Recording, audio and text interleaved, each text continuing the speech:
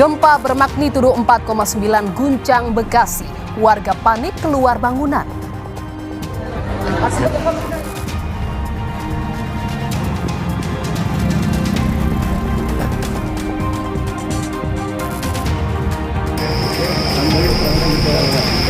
Terkini dulu saat ini lagi sedang bergerak. Hari keempat kebakaran sumur minyak di Blora, Jawa Tengah belum padam. Bupati Blora akan tertibkan sumur minyak ilegal di wilayahnya.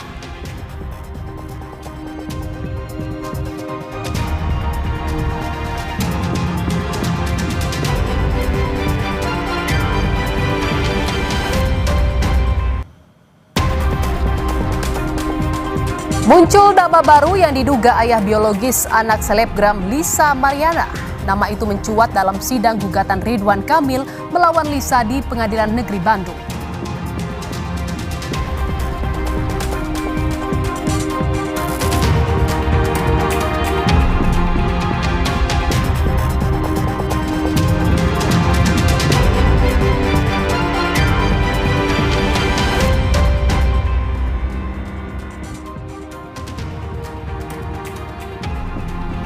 Halo, selamat malam saudara. Apa kabar Anda hari ini? Semoga selalu sehat dan tetap semangat. Selain 3 informasi utama tadi, kami juga akan hadirkan sejumlah informasi menarik lainnya di Kompas Malam hari ini. Bersama saya, Jihan Novita. Inilah Kompas Malam selengkapnya di Kompas TV, independen, terpercaya. Informasi pertama, saudara, gempa bermagnitudo 4,9 mengguncang Kabupaten Bekasi, Jawa Barat pada Rabu malam.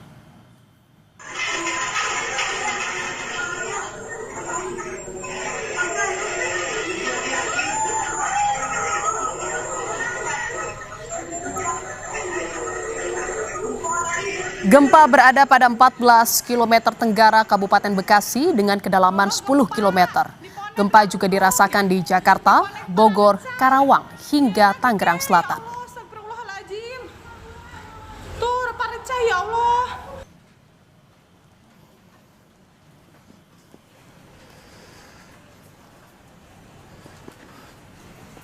Hancur.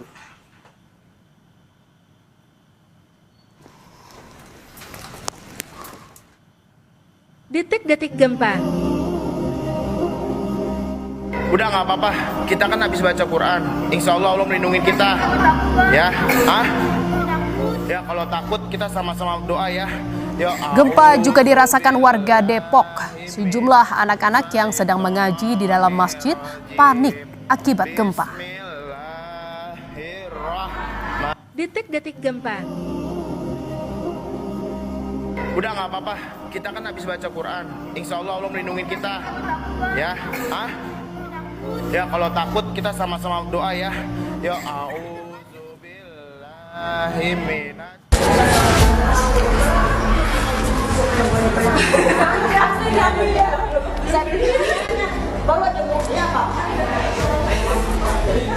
Gempa yang berpusat di Bekasi juga membuat sejumlah pasien di Rumah Sakit Permata Keluarga panik. Mereka berhamburan keluar ruang perawatan untuk menyelamatkan diri.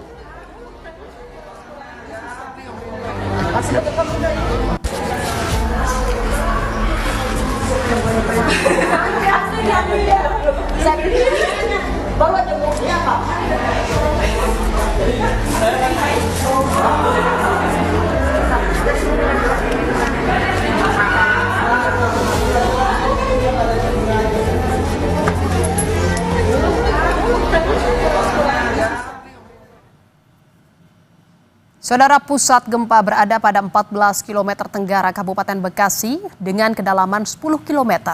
Gempa juga dirasakan di Jakarta, Bogor, Karawang, hingga Bandung. Dan saudara, untuk mengetahui kondisi terkini dari lokasi terdampak gempa, sudah bergabung bersama kami jurnalis Kompas TV Adi Wahadi dari Karawang, Jawa Barat. Selamat malam Adi, bagaimana dampak gempa di kawasan Karawang? Dan juga saudara, selamat.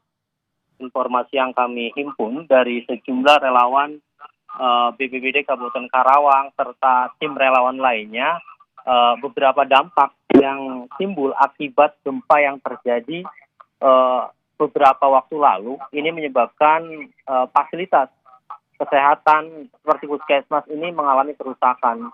Dan kerusakan sejauh mana kami juga masih menunggu konfirmasi dari beberapa pihak, terutama Dinas Kesehatan.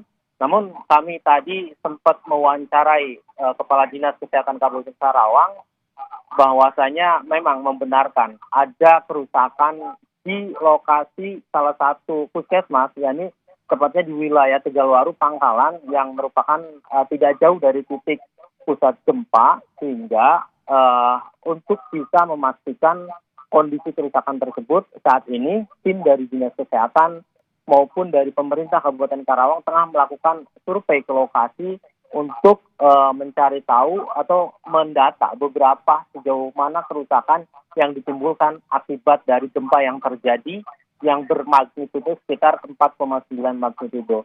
Selain fasilitas kesehatan, puskesmas yang rusak akibat dari gempa yang ditimbulkan atau yang terjadi pada beberapa waktu lalu, kami dapat juga informasi dari teman-teman relawan BPBD serta relawan lainnya. Ada beberapa rumah juga yang mengalami kerusakan, dan hingga saat ini tim dari BPBD, pemerintah daerah, pemerintah kecamatan serta pemerintah desa masih melakukan upaya-upaya pengecekan ke lokasi terdampak gempa yang terjadi beberapa waktu lalu.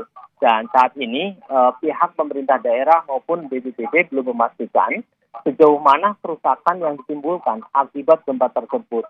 Dan imbas dari gempa tersebut kami pantau juga dan kami dapatkan informasinya sempat terjadi kepanikan warga saat terjadi detik-detik gempa tersebut. Berdasarkan keterangan atau wawancara warga yang berada di sekitar lokasi, durasi gempa terjadi sekitar 8 hingga 10 detik, dan ini membuat cukup panik warga sekitar, dan ternyata gempa ini bisa dirasakan oleh beberapa wilayah, mulai dari wilayah Karawang sendiri, Purwakarta, Bekasi, dan beberapa wilayah lainnya. Oleh karena itu, saat ini Forkopimda masih terus melakukan upaya-upaya pencarian data, memastikan apakah ada korban luka maupun korban-korban lainnya. Sementara itu terkait dampak kerusakan yang terjadi pada sejumlah fasilitas kesehatan seperti puskesmas, pihak puskesmas atau Dinas Kesehatan Kabupaten Karawang ini masih memastikan sejauh mana kerusakannya dan bagaimana kemudian pertimbangan untuk melakukan pelayanan. Dan pihak Dinas Kesehatan meminta kepada seluruh tim medis dan beberapa pihak lainnya agar tetap waspada dan hati-hati. Kemudian pelayanan-pelayanan darurat diusahakan akan tetap dilakukan, namun mencari tempat yang lebih aman atau lebih safety dari kondisi yang seperti saat tadi terjadi gempa. Oleh karena itu, mengantisipasi hal-hal yang tidak diinginkan, sejumlah fasilitas umum seperti di luar ruangan ini masih bisa dimanfaatkan untuk melakukan pelayanan kedaruratan sejauh mana kedaruratan dari permintaan masyarakat tersebut. Iya, Adi, selain ada puskesmas dan juga sejumlah rumah yang rusak, ini apakah ada laporan terkait korban akibat guncangan gempa ini? Pihak BPBD serta relawan lainnya masih mencari dan mendata apakah ada korban jiwa atau luka terkait gempa yang terjadi beberapa waktu lalu. Namun hingga saat ini kami belum mendapatkan adanya informasi adanya korban luka maupun korban meninggal dunia. Dan kami terus memantau juga informasi dari beberapa sumber, tentunya sumber yang bisa kami percaya seperti BPBD serta relawan kebencanaan lainnya, untuk kemudian memastikan adakah korban luka ataupun meninggal dunia akibat gempa ini. Namun berdasarkan informasi yang kami pantau sejak awal terjadinya gempa hingga saat ini, belum ada laporan adanya korban jiwa maupun luka. Namun demikian, pihak BPBD, pemerintah desa, kecamatan, dan Pemda Kabupaten Karawang ini masih terus memastikan dengan melakukan cross check ke tingkat daerah paling bawah atau daerah-daerah yang paling kencang guncangannya seperti di wilayah Tegalwaru tadi, untuk kemudian memastikan warga atau pihak lainnya ini tetap aman pasca terjadinya gempa tersebut. Namun beberapa video yang beredar dan dipastikan kebenarannya dari pihak PBB, belum ada korban jiwa maupun luka, dan kita harapkan semuanya selamat dan sehat dari gempa yang terjadi beberapa waktu lalu. Dan hingga saat ini upaya-upaya pencarian dan memvalidasi sejumlah data masih terus dilakukan oleh pihak terkait seperti BPBD dan pemerintah daerah Kabupaten Karawang. Lihat. Terima kasih atas laporan Anda, jurnalis Kompas TV Adi Wahadi dari Karawang, Jawa Barat. Selamat bertugas kembali. Informasi berikutnya, saudara, pasca ricuh aksi demo tolak kenaikan PBB di Bone, polisi tangkap 62 demonstran. Ke-62 demonstran ditangkap dan dibawa ke Mapolres Bone. Mereka yang ditangkap sebagian besar anak di bawah umur. Demonstran dimintai keterangan dan dilakukan pembinaan agar tidak mengulangi perbuatannya sebelum diserahkan kembali ke pihak keluarga. Ya, kami hanya memeriksa sedikit, mengambil keterangan, kemudian kami mendatakan.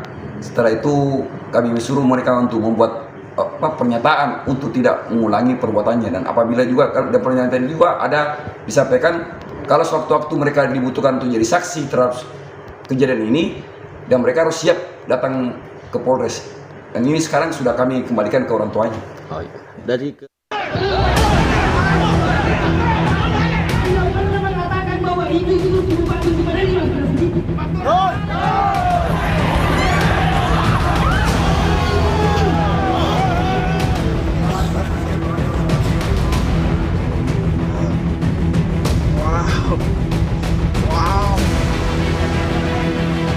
Sudah sepekan ini, kantor Bupati Bone, Sulawesi Selatan dipenuhi lautan pengunjuk rasa. Massa yang tergabung dari mahasiswa hingga warga lantang menyuarakan penolakan pada kebijakan Bupati Bone yang menaikkan PBB P2 hingga 300%. Namun, berhari-hari melakukan demo, sang bupati tak kunjung menunjukkan batang hidungnya. Amarah massa pun memuncak. Demo pada 19 Agustus yang tadinya berjalan damai tiba-tiba ricuh saat massa mencoba masuk ke kantor bupati. Mereka mendesak kebijakan bupati dibatalkan. Hanya persoalan kenaikan PBB 2, apakah sudah ada kebijakan yang dikeluarkan untuk membatalkan atau tidak? Tidak ada juga kejelasan siapa yang akan berdialog. Kami menghendaki bupati dan wakil bupati datang dalam rangka untuk memastikan betul ini kebijakan kenaikan PBB 2 itu sangat memberatkan masyarakat dan kemudian dibatalkan. Itu yang kami minta. Terus-menerus mendapat protes dari warganya, pemerintah Kabupaten Bone memberi klarifikasi dan menyatakan pembatalan kenaikan PBB P2. Bagi warga yang telah melakukan pembayaran, akan disesuaikan dan dikembalikan sesuai dengan selisih pembayaran. Kepada kami untuk menunda dan melakukan evaluasi secara total terkait dengan kenaikan penyesuaian zona yang tanah tersebut. Ditunda, kita akan kembali ke pajak sebelumnya. Bisa dipastikan yang sudah membayar ini akan dikembalikan sebagian, akan disesuaikan dengan standar yang baru. Ya, tentu kita akan melakukan penyesuaian kembali karena sesuai dengan arahan dari pemerintah pusat. Bone, Sulawesi Selatan bukan satu-satunya daerah yang bergejolak akibat pajak. Sebelumnya ada Pati dan juga Cirebon yang lebih dahulu bersuara. Gejolak akibat kenaikan pajak ini semestinya dijadikan pembelajaran bagi pemerintah daerah agar tidak sembarangan membuat kebijakan yang mencekik rakyat. Tim Liputan, Kompas TV. Saudara, inisiator unjuk rasa menolak kenaikan pajak bumi dan bangunan di Kabupaten Pati, Ahmad Hussein, membatalkan demo Pati Jilid 2 yang dijadwalkan digelar 25 Agustus mendatang. Hussein juga menyebut dirinya telah bertemu dengan Bupati Pati Sudewo dan berdamai. Sebelumnya Ahmad Hussein menyebut kembali menggelar demo pada 25 Agustus mendatang. Namun tiba-tiba rencana itu dibatalkan. Hussein juga memutuskan mundur sebagai Ketua Aliansi Masyarakat Pati Bersatu AMPB. Hussein mengaku telah bertemu dan berdamai dengan Bupati Pati Sudewo. Bahkan foto keduanya beredar di media sosial. Kami kutip dari kompas.com, Ahmad Hussein menyebut tak lagi menuntut Sudewo lengser. Ahmad Hussein juga menampik keputusannya ditunggangi kepentingan politik. Hussein menyebut, saya secara pribadi sudah tidak ada tuntutan Sudewo lengser. Kalau saya dari awal memang murni dari masyarakat, tidak ada tunggangan politik. Informasi berikutnya, saudara, sidang gugatan selebgram Lisa Mariana melawan mantan Gubernur Jawa Barat Ridwan Kamil kembali digelar di Pengadilan Negeri Bandung, Jawa Barat. Dalam sidang hari ini muncul nama baru yang diklaim sebagai ayah biologis anak Lisa. Pasca Bareskrim Polri mengumumkan hasil DNA Ridwan Kamil dan anak Lisa Mariana tidak identik. Muncul nama baru yang diduga ayah biologis anak Lisa. Nama itu diungkapkan kuasa hukum Ridwan Kamil setelah meneliti bukti-bukti gugatan yang dilayangkan Lisa Mariana. Atas dasar itu, kuasa hukum Ridwan Kamil berharap hakim menerima eksepsi pihaknya untuk menggugurkan gugatan Lisa Mariana. Bukti surat yang kedua, bahwa ada keterangan dari Lisa, dalam keterangan itu bahwa ayah dari anak tersebut adalah RK. Tapi setelah kami baca si bukti itu adalah namanya Doris Setiawan, bukan Ridwan Kamil. Itu jelas ya, Doris Setiawan.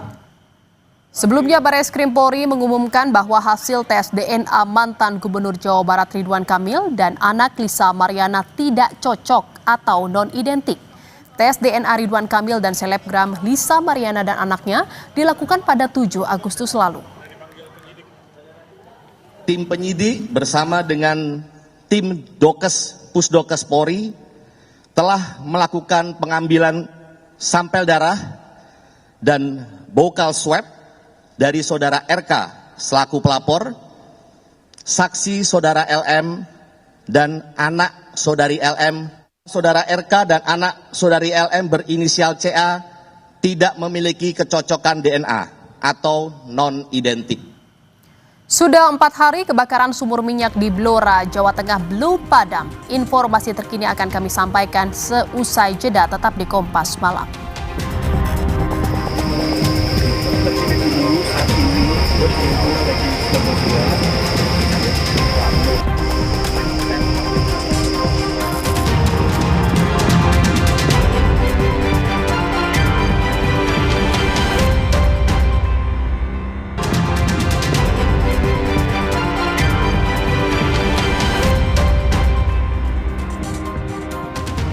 Saudara, sudah 4 hari kebakaran sumur minyak di Desa Gandu, Blora, Jawa Tengah belum juga padam. Api masih berkobar dari dalam sumur minyak. Petugas gabungan TNI, Polri, dan BPBD terus bersiaga di sekitar lokasi. Pemadaman masih sulit dilakukan karena proses pengeboran minyak tak sesuai standar. Saat ini petugas masih menunggu kedatangan alat milik Pertamina untuk melakukan pemadaman.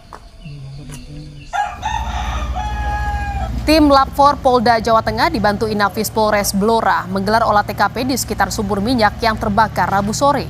Selain itu, polisi juga mengecek aliran sungai yang diduga menjadi awal munculnya api. Hingga saat ini 12 orang telah diperiksa polisi, namun belum ada penetapan tersangka.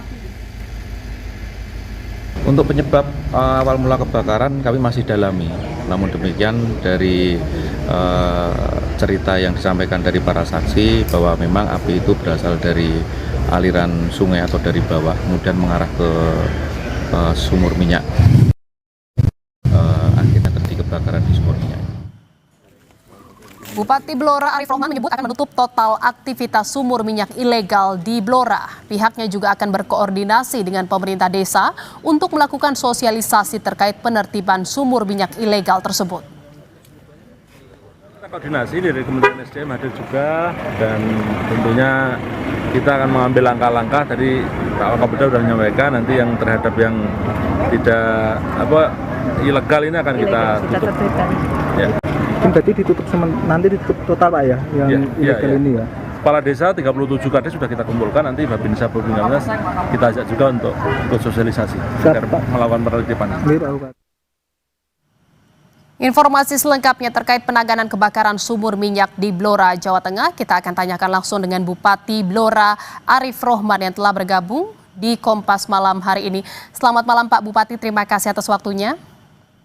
Selamat malam Mbak. Pak Bupati, ini bagaimana sejauh ini proses dari pemadaman sumur minyak yang hari ini masih terkendala ya Pak ya untuk pemadamannya? Ya betul, jadi kami sudah mengadakan rakor dengan semua stakeholder, baik dari Kementerian SDM, dari SKK Migas, dari Pertamina, termasuk BPBD, kita kumpulkan semua. Kami tadi juga dapat kunjungan dari Pak Wakapolda, meninjau lokasi, dan kita membuat skenario-skenario untuk penanganan agar sumur yang terbakar ini bisa segera diatasi.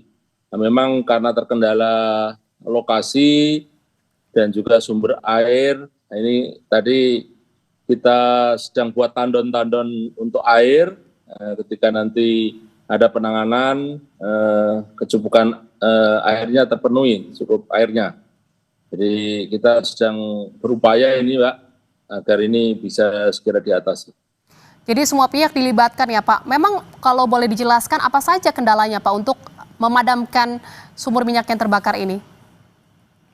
Mungkin ini karena ada unsur gasnya Pak ya. Jadi kalau dari sisi kobarannya sih sudah mulai agak berkurang. Tapi karena mungkin ada unsur gasnya sehingga harus diperlukan teknologi ya. Karena ini sudah kita istilahnya diberi pagar semua, kita pagari tanah itu, sehingga sudah dilokalisir ya. Nah, tapi ini memang nanti butuh teknologi untuk pemadaman ini. Skenario seperti apa yang sudah disiapkan Pak Bupati? Dan teknologi apa yang bisa membantu? Bagaimana nanti apinya ini diperkecil, terus nanti mungkin dibuat semacam flare itu, nah nanti biar ada salurannya. Kalau sekarang ini kan masih istilahnya liar ya apinya ya. Nah, nanti mungkin dari SKK, Pertamina, dari SDM sedang menyiapkan ini supaya nanti apinya terkonsentrasi, karena kalau dimatikan sepenuhnya juga nggak bisa. Tapi kalau nanti bisa dikasih flare untuk buangan ke atas itu mungkin nanti api bisa dilokalisir istilahnya. Lalu bisa dipastikan Pak, sumur yang terbakar ini ilegal ya Pak Bupati? Ya, memang berdasarkan dari Polres, ini memang sumur-sumur masyarakat yang ilegal, karena ini sumur baru ya, yang mana baru sekitar seminggu atau 2 minggu ini dieksplorasi. Dan ini di tengah-tengah penduduk. Kita sebenarnya dengan terbitnya Permen 14 2025 ini sedang menginventarisir sumur-sumur masyarakat yang ada di Blora, yang mana nanti mereka akan tergabung dalam koperasi atau dalam BUMD atau UMKM. Dan di tengah-tengah inventarisir ini, sebelum terbit izin dari kementerian, ini belum boleh memproduksi. Nah, ini ada yang oknum yang memanfaatkan momentum ini untuk dia melakukan eksplorasi yang tanpa izin. Sehingga dari sisi teknis tentunya sangat tidak layak. Dan kita memang mengusulkan ke kementerian, ketika nanti memang ini dinyatakan layak, harus ada tenaga ahli yang memang mendampingi masing-masing sumur ini. Nah, ini proses yang sedang kita jalani. Nah, di tengah-tengah ini, karena kita sudah kumpulkan kepala desa semua agar memantau di masing-masing desanya tidak boleh ada proses eksplorasi. Tapi sejauh ini apakah sudah diketahui Pak keberadaan dari sumur-sumur minyak ilegal yang ada di Blora? Kalau inventarisir kita sudah lakukan, Mbak. Jadi ada di 14 kecamatan dan di 37 desa. Ini tersebar ya. Dan di Gandu ini, yang lokasi ini, ada sekitar 20 atau 30 sumur ini masih dalam proses identifikasi sebenarnya. Sejauh ini pengawasannya seperti apa Pak? Nah, ini sebenarnya kalau nanti sudah dilegalkan, kita tentunya dengan SKK Migas, dengan Kementerian SDM, dan juga Pertamina, ini nanti mengawasi ini. Nah, ini regulasinya sedang kita jalankan, prosesnya kita jalankan, tiba-tiba sudah ada yang oknum ini yang mengeksplorasi ini, sehingga musibah ini terjadi ini karena tadi ketidakhati-hatian atau proses yang tidak sesuai dengan prosedur yang disyaratkan oleh kementerian. Secara teknis yang punya kewenangan memang dari Kementerian SDM di bawah Dirjen Migas dan SKK Migas. Yang juga jadi perhatian ini bukan hanya keberadaan dari sumur minyak ilegal ini, tetapi juga masyarakat di sekitarnya ya Pak ya, karena ini kan berada di tengah-tengah permukiman.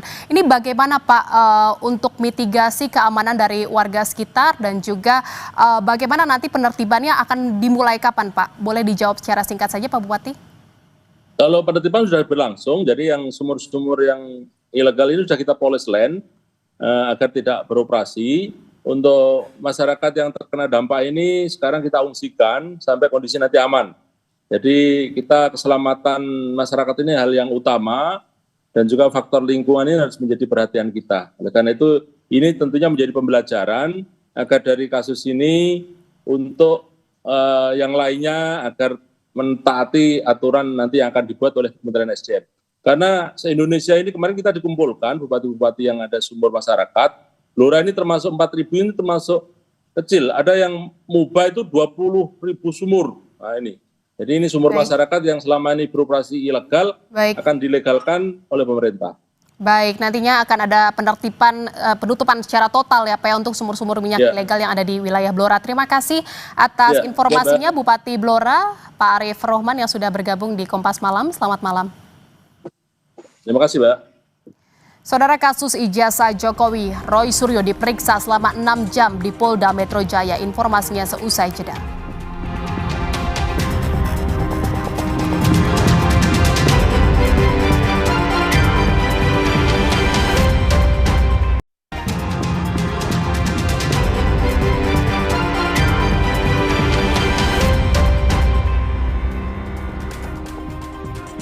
Saudara, diperiksa sebagai terlapor kasus dugaan ijazah palsu Presiden Joko Widodo, Roy Suryo dicecar 118 pertanyaan oleh penyidik.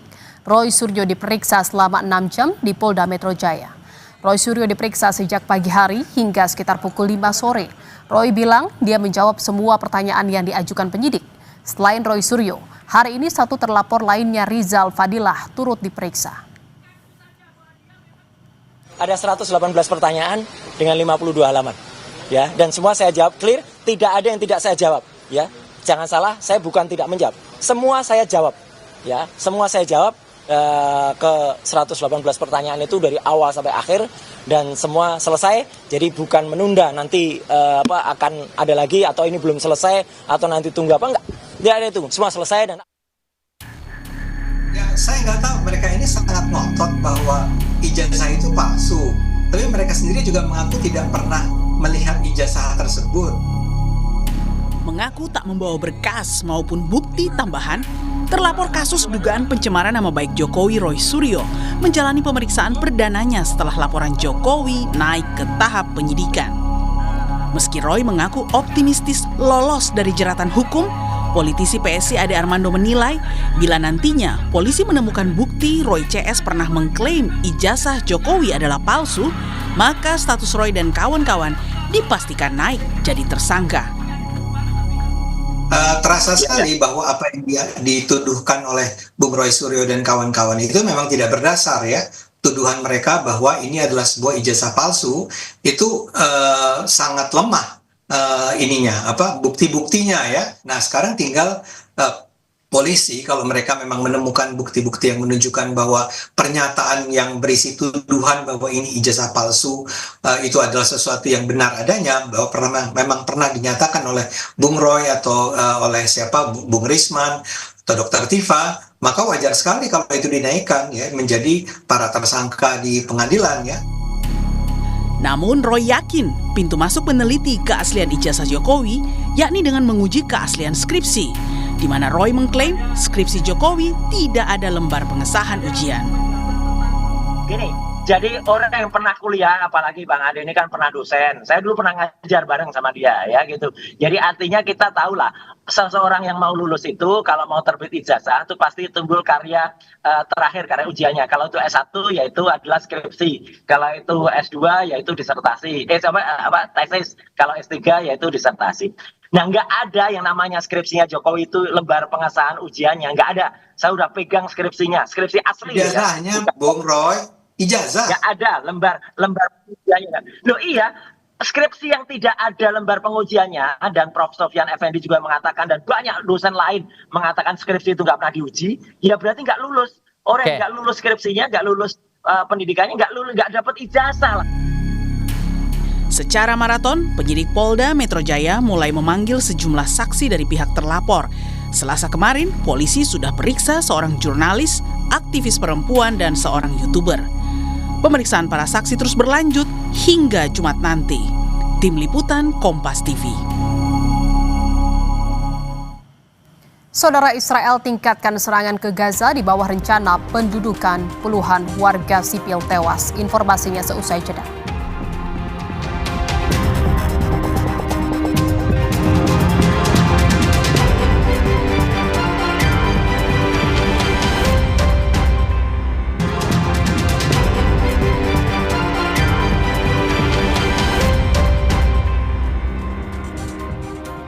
Saudara, Israel tingkatkan serangan ke Gaza di bawah rencana pendudukan. Puluhan warga sipil tewas. Kepulan asap terlihat di beberapa lokasi di wilayah Gaza saat Israel melanjutkan operasi militer di wilayah tersebut. Serangan bertubi-tubi terjadi 10 hari berturut-turut sejak rencana pendudukan Israel. Sedikitnya 33 orang tewas, termasuk anak-anak dalam serangan yang terjadi pada Rabu dini hari. Bantuan kemanusiaan terus dijatuhkan dari udara oleh donatur internasional di jalur Gaza. Meski dikritik internasional karena dinilai tidak efektif dan membahayakan keselamatan, bantuan via udara masih dilakukan untuk membantu warga Palestina yang tengah berjuang melawan krisis kelaparan ekstrim yang disebabkan blokade Israel. Bantuan ini dikirim saat Israel bersiap untuk melancarkan operasi militer yang diperluas di kota Gaza.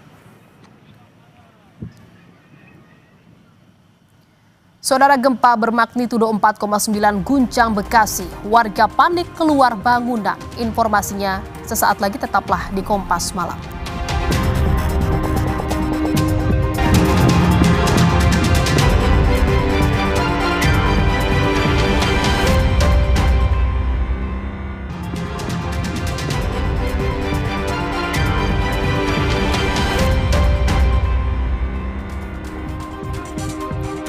Saudara, gempa bermagnitudo 4,9 mengguncang Kabupaten Bekasi, Jawa Barat pada Rabu malam.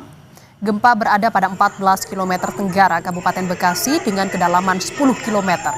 Gempa juga dirasakan di Jakarta, Bogor, Karawang, hingga Tangerang Selatan. Gempa juga dirasakan warga Depok, Jawa Barat. Sejumlah anak-anak yang sedang mengaji di dalam masjid panik akibat gempa. Ya, kalau takut kita sama-sama doa ya. Ya, auzubillahi minas. Saudara, demikian Kompas Malam hari ini. Akhir kata saya Jihan Novita pamit undur diri, dan jangan lupa cukupi kebutuhan air mineral Anda setiap hari dan rasakan kesejukannya. Terima kasih. Sampai jumpa.